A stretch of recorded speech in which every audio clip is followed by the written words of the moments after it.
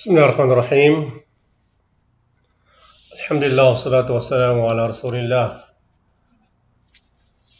Mga kapatid sa Islam na mag-aaral ng sira, Assalamualaikum warahmatullahi wabarakatuh. Narito naman tayo sa ating pagtalakay sa sira o talambuhay ng ating mahal na propeta, si Propeta Muhammad sallallahu alaihi wasallam.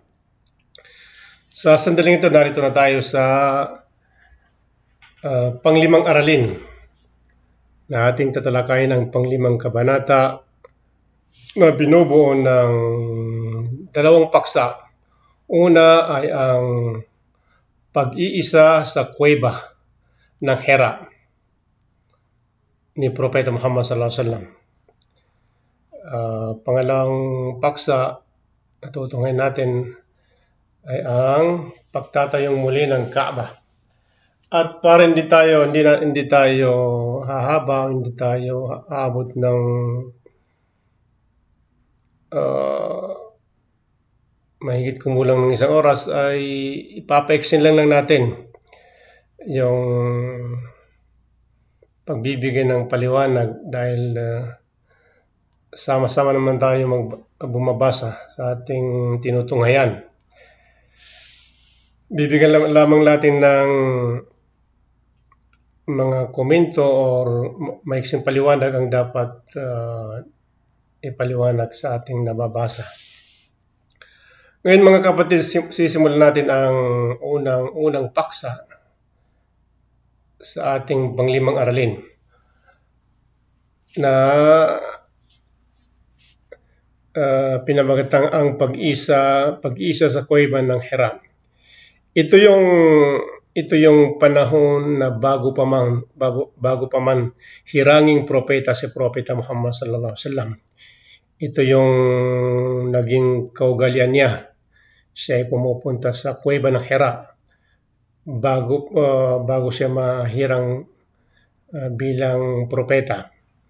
Ang Hira ay isang kuweba na matatagpuan din sa lugar ng Makkah.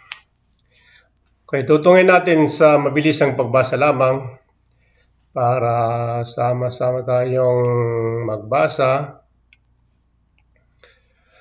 Nagsimula ang pagnanais niya na mapag-isa at sambahin ang kanyang Panginoon. Palagi niyang inihiwalay ang kanyang sarili sa kuweba ng Hira at dito siya sumasamba. Ito yung lugar kung saan doon niya sinasagawa ang kanyang pagsamba. Pero yung panahon na yun, hindi pa siya propeta. Sa madaling salita, ang parang ng kanyang pagsamba ay parang yung meditation, ng pag-iisip ng malalim. Iniisip niya yung mga dakilang bagay na nilikha ng Allah. At humantong na sa siya ay hirangin.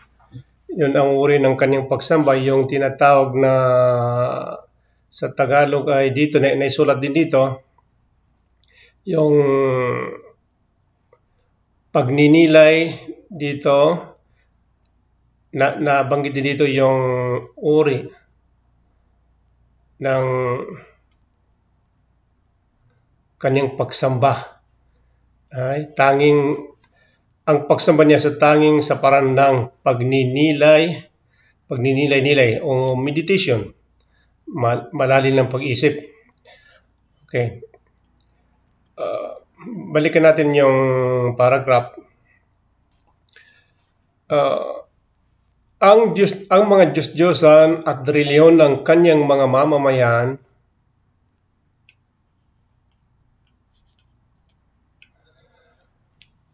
ay kasuklam-suklam para sa kanya at wala sa kanya at wala ng iba pa siyang kinasusuklaman. Ginawang dahilan ng Allah na lumaki siya sa pinakamahusay na paraan upang nang sa gayon siya ay maging pinakamahusay sa kanyang mga mamamayan sa dangal at kabutihang loob at ang pinakamabuti sa kanila sa pag-ugali.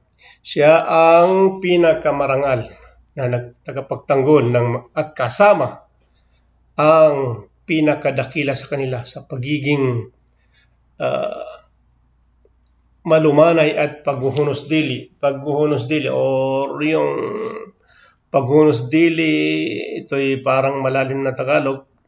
Ang medyo pa ang pagkakalam ko, yung paghunos dili yung parang mahinahon din, yung madaling mahulog ang kanyang kalooban o sa tao maawain, yun. At na kanyang namamalayan ang kanyang mga ginagawa or ikinikilos. Ang pinakamatapat sa kanila sa pananalita at pinakamaingat sa pagbabantay ng mga ipinagkatiwala. Higit pa dito, siya ay binansagan nilang Al-Amin, ang mapagkakatiwalaan, dahil sa mabubuti niyang pag-ugali at kalugod-lugod niyang mararangal na mga katangian. Ang dakilang propeta, si Propeta Muhammad sallallahu alaihi wasallam, ay bago pa man siyang hiranging propeta, bago pa siya isinugo ng Allah, ay kilala na siya bilang mapagkatiwalaan o binansagan siya sa wikang Arabic. Siya ay As-Sadiq Al-Amin, ang matapatin at ang mapagkatiwalaan. Kilala na siya sa kanyang kalugod-lugod na mga katangian. Ngayon, dadako na tayo dito sa pagtatayong muli ng Kaaba. Pero bago yon, ulitin natin na bago pa manghirangin ng Propeta Muhammad sallallahu alaihi wasallam, bago pa siyang hirangin propeta, ito yung naging kaugalian niya. Siya ay pumupunta sa kuweba ng Hira at doon niya sinasagaw ang kanyang pagmumuni-muni o pagsamba.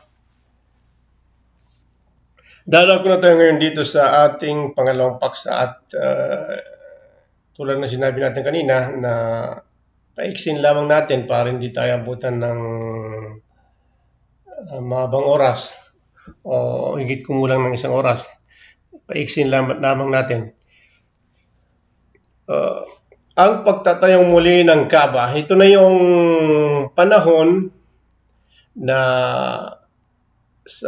sa dumang mga siglo, sa panahon, sa pagdanang panahon hanggang humantong sa pagkakasira ng Kaaba. At ito'y naisipang muli o na ginawa ng mga tao sa panahon na yon, lalong-lalo na yung mga tribo ng Quraysh sa Makkah, na kanilang itatayong muli o i-renovate. At yun na yung panahon ni Propeta Muhammad sallallahu alaihi wasallam, pero hindi pa siya propeta. Bago pa man siyang hiranging propeta, doon nangyari yung pag-renovate sa Kaaba. Tutunghayin natin. Nang ang mensahero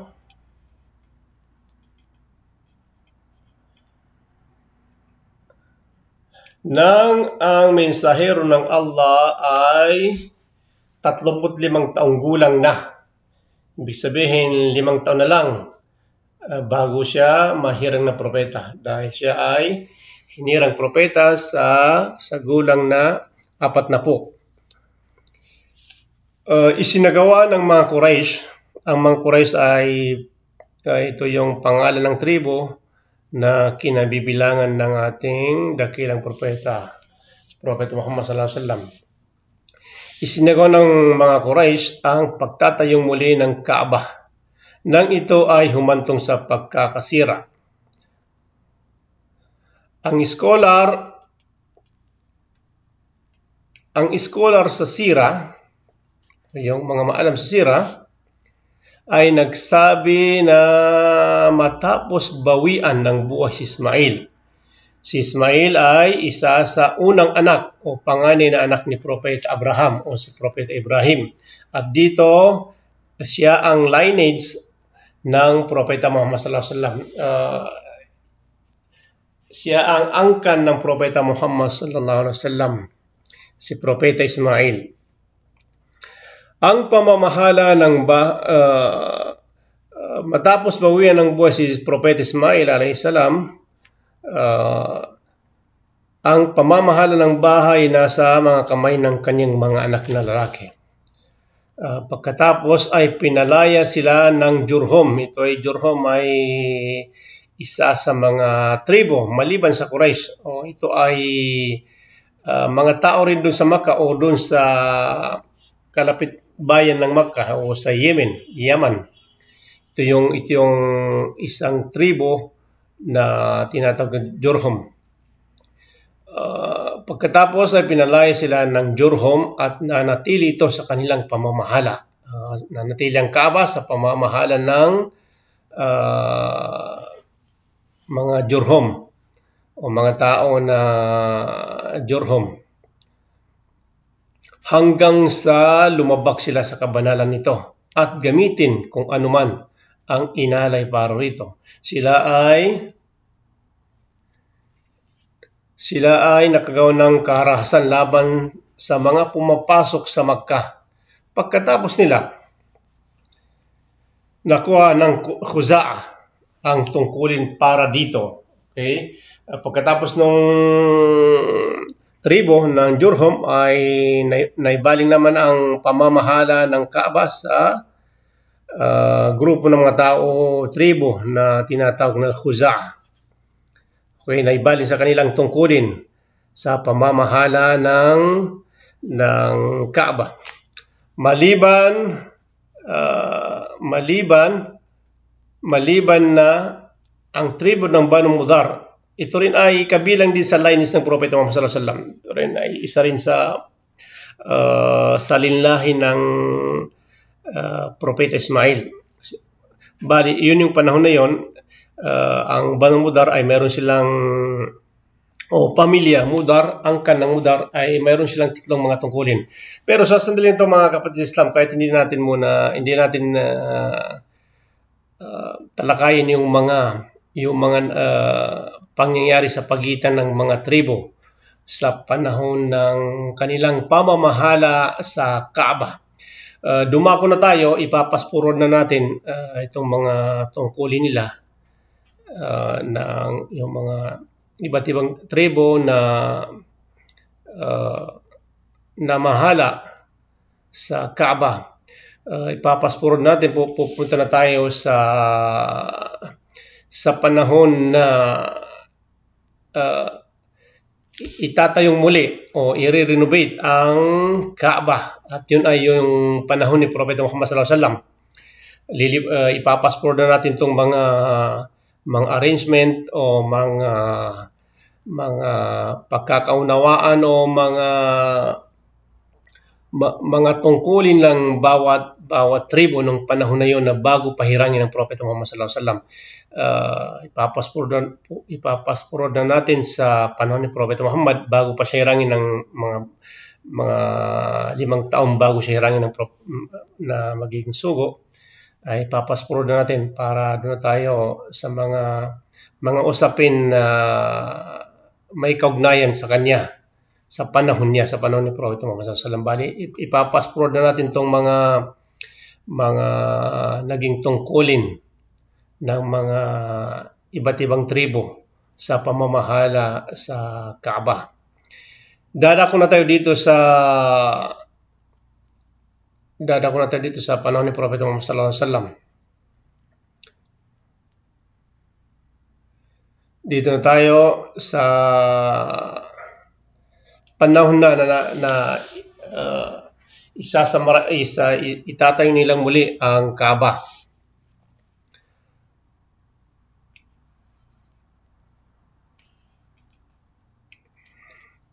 Nagtipon ng mga bato ang tribo ng Quraysh upang itayo itong muli. Ang bawat isa sa kanila ay kukuha mula dito at mag-isa nilang itatayo hanggang sa ang gusali ay umabot sa itaas ng kahain ng itim na bato. Ito yung itim na bato. Ito yung tinatawag na sa wikang Arabic al-Hajar al-Aswad. Ito yung nasa Kaaba, may itim na bato doon. Ngayon sa kasalukuyan nakikita ng mga taong pumupunta sa Al-Masjidul Haram o umiikot o sumasagaw ng tawaf sa Kaaba, nakikita tong itim na bato. Ito ay sunna o kabilang din sa magandang gawain kung kaya ng isang tao na siya ay ito ay kanyang hahalikan sa kung magiging madali para sa kanya. Kung hindi naman ay tutuloy na siya sa kanyang pag-iikot o pagsasagawa ng tinatawag na tawaf o pag-iikot sa Kaaba. Hindi siya obligadong kinakailangan ang nagsasagawa ng tawaf ay halikan. Bagkus kung sakaling may pagkakataon ay mas mainam kung wala namang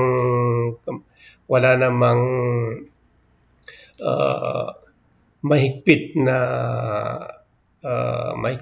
pangyayari o maging madali para sa isang tao, ay mas mainam na ito ay kanyang halikan. Sila ay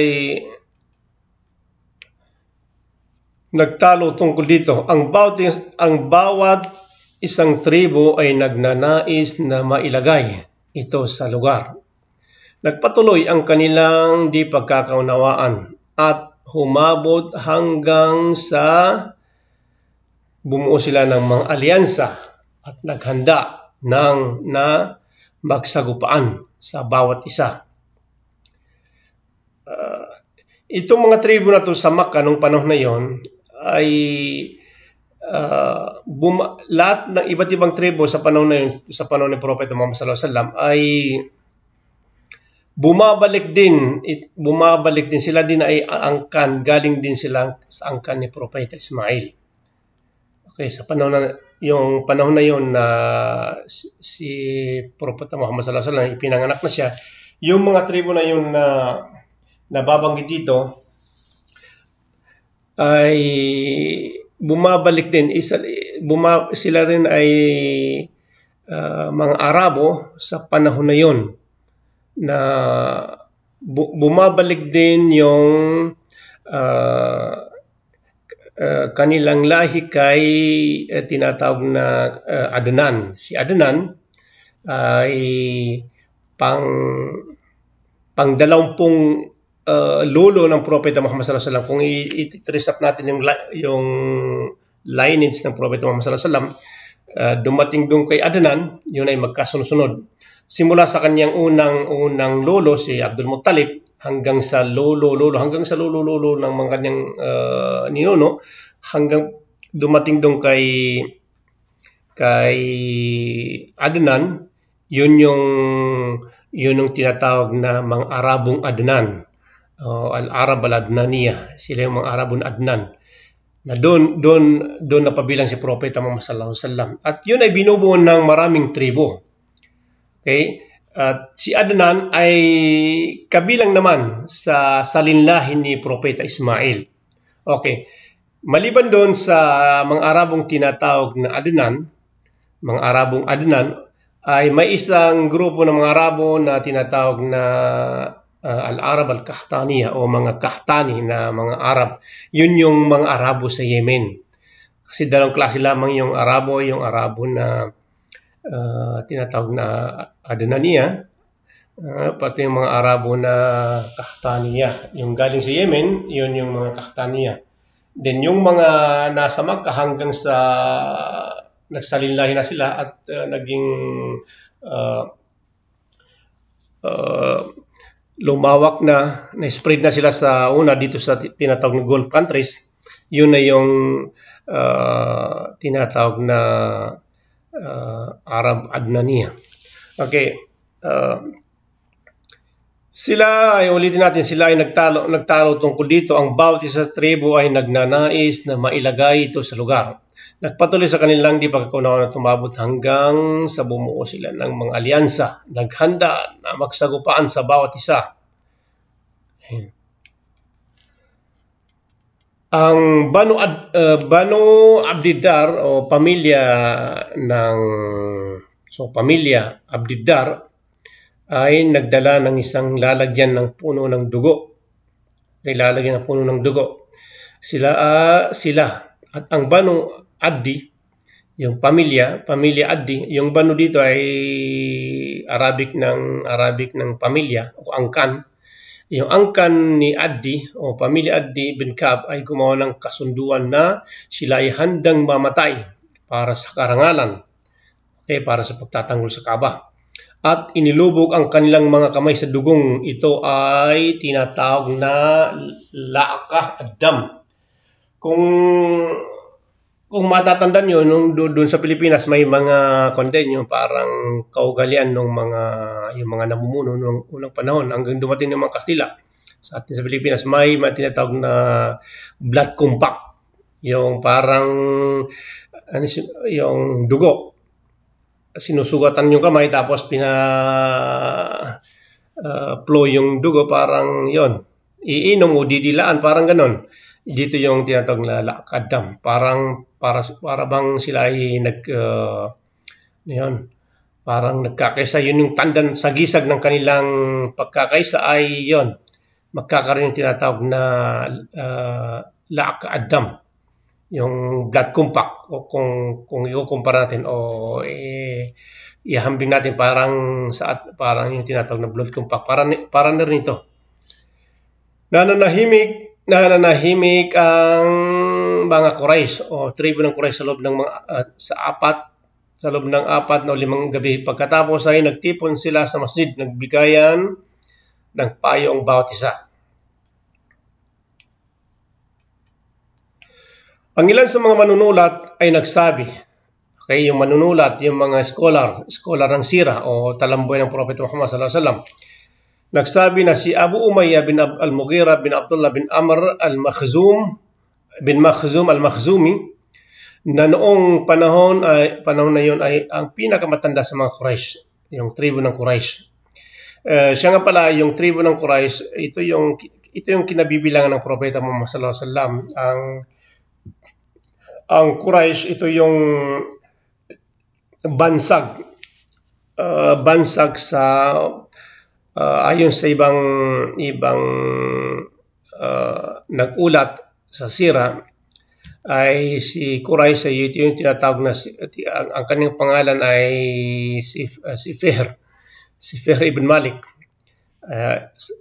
Yon, sinabi nila ay si Fihr ibn Malik na pang-10 lolo sa lineage ng Prophet Muhammad sallallahu alaihi wasallam. Yun yung binansagan na Quraysh. Bale, doon hinango yung pangalang Quraysh o tribo ng Quraysh doon sa pang-10 ninuno ng Propeta Muhammad sallallahu alaihi wasallam, pang-10 lolo. Unang lolo niya si Abdul Muttalib, then yung sa tatay naman ni Abdul Muttalib si Hashim, then si Ibn Manaf, hanggang si Qusay, hanggang dumating doon sa kay Fihr ibn Malik. Ay si Fihr yun yung binansagan na Quraysh. Bali doon hinango yung tribong Quraysh. Okay? Bali ito si Abu Umayyah al-Makhzumi ay siya sa panahon na siya ang pinakamatanda sa mga tribo ng Quraysh. Ay nagsabi, bakit hindi natin, ito yung kanyang iminungkahi. Okay? Bakit hindi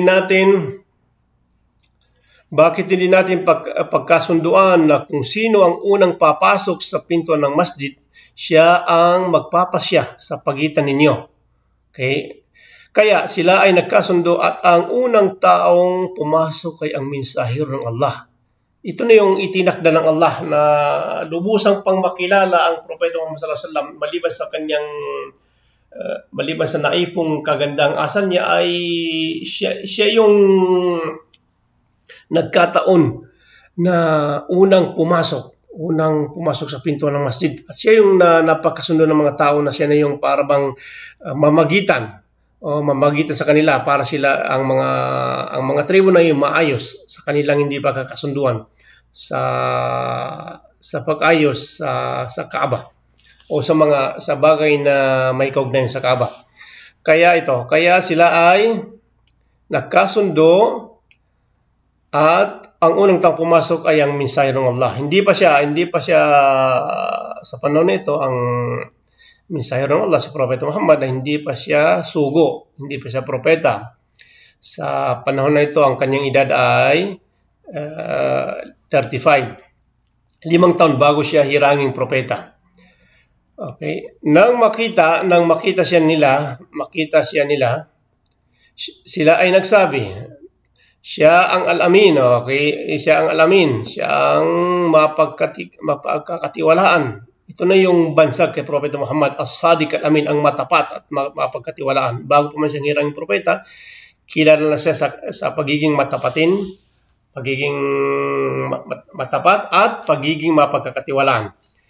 Tinanggap namin siya si Muhammad. Ito yung mga sinabi ng mga tao. Nang umabot siya sa kanila, ipinaalam nila sa kanya kung ano ang nangyari. Sinabi niya, magdala kayo sa akin ng isang tela. Dinala ito sa kanya at kinuha niya ang pansulok na bato at inilagay dito sa pamamagitan ng kanyang mga kamay. Kanyang sinabi ng propeta, pero hindi pa siya propeta, inulit natin, sa panahon hindi pa siya propeta. Sinabi niya, ang bawat tribo ay hahawak sa isang dulo ng tela, pagkatapos ay sabay-sabay itong bubuhatin ng lahat. Ginawa nila ito hanggang sa mailagay nila ang bato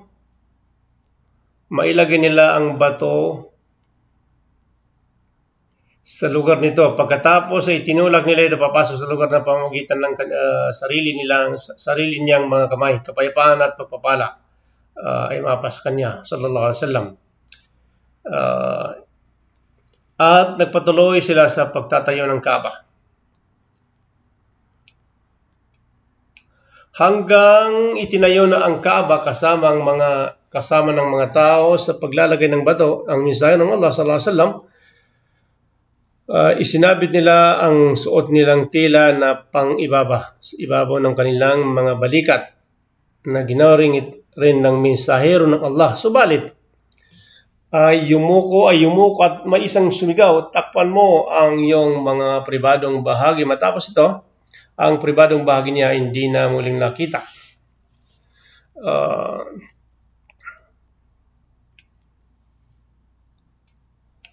Nang maabot nila ang 15 pulgada,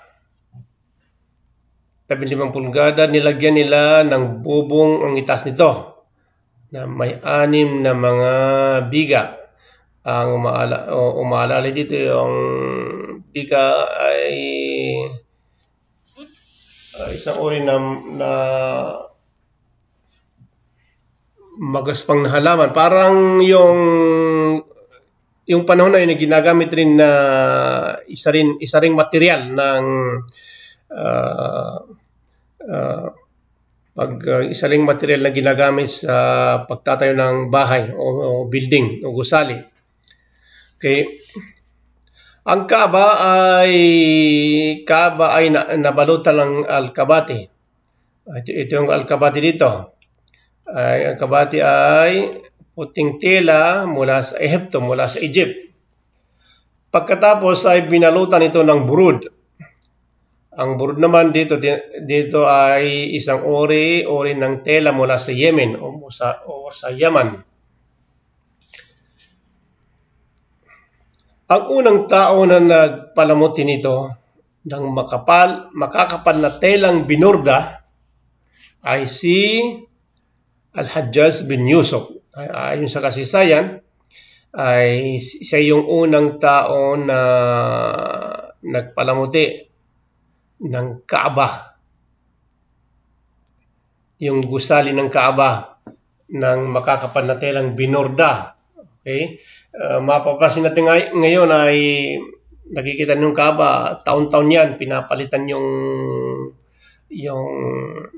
tela na binabalot sa Kaaba.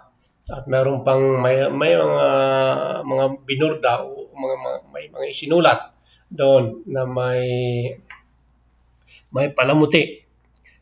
Bali dito, ayon sa kasaysayan, si Al-Hajjaj ibn Yusuf, siya yung unang tao na nagpalamuti ng makapal na telang binurda. Inalis ng mga Quraysh ang bato dahil sa kakulangan ng pondo sa panahon na yon. At itinaas nila ang pintuan ng Kaaba.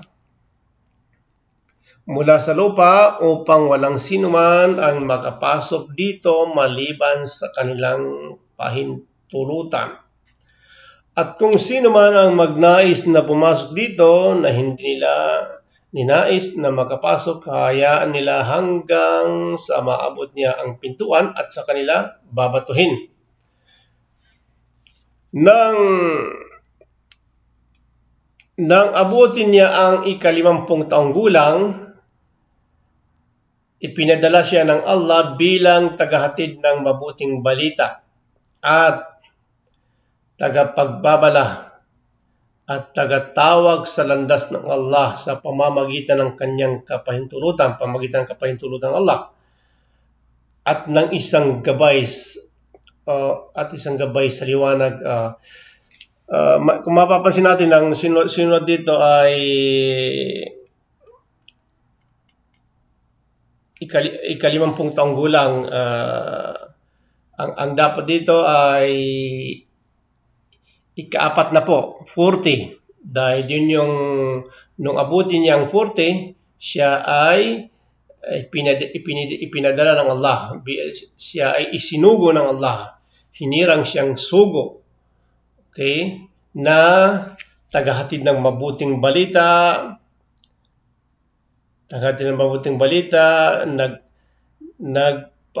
tagapagbabala, okay, at tagatawag na humihikayat sa landas ng Allah, o sa tinatawag natin sa wikang Arabic yung nagdadawa, naghihikayat sa landas ng Allah. Hinihikayat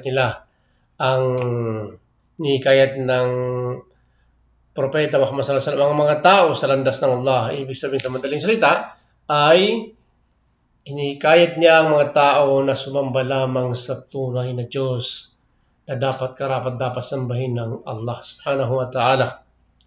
Okay, yun ay nangyari yun ay sa pamamagitan ng kapahintulutan ng Allah na siyang hiranging propeta.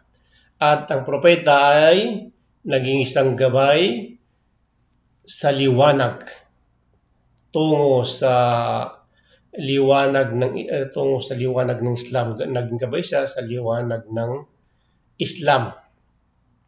Mga kapatid sa Islam na mag-aaral sa sira, ito lamang ay pagtutunghay. Sinamaras lang natin yung 2 punto. Unang punto yung ang pag-isa sa kuweba. Ito yung naging kaugalingan ng Propeta Muhammad sallallahu alaihi wasallam bago siya mahirang na propeta. At 5 taon bago siya hiranging propeta, ito yung nangyari. Ang pagtatayong muli ng Kaaba, yung renovation ng Kaaba. Mga kapatid, hanggang dito na lang tayo. Inshallah, susundan natin sa ibang araw ang ating pagtalakay. At dito na tayo magtatapos sa ating panglimang aralin na binubuo ng 2 paksa, ang pag-isa sa kuweba ng propeta, kuweba ng Hira, pag-isa ng propeta sa kuweba ng Hira, at ang pagtatayong muli ng Kaaba. Hanggang dito na lamang mga kapatid. Wa sallallahu alaihi wa sallam ala nabiyina Muhammad. Wassalamu alaikum warahmatullahi wabarakatuh.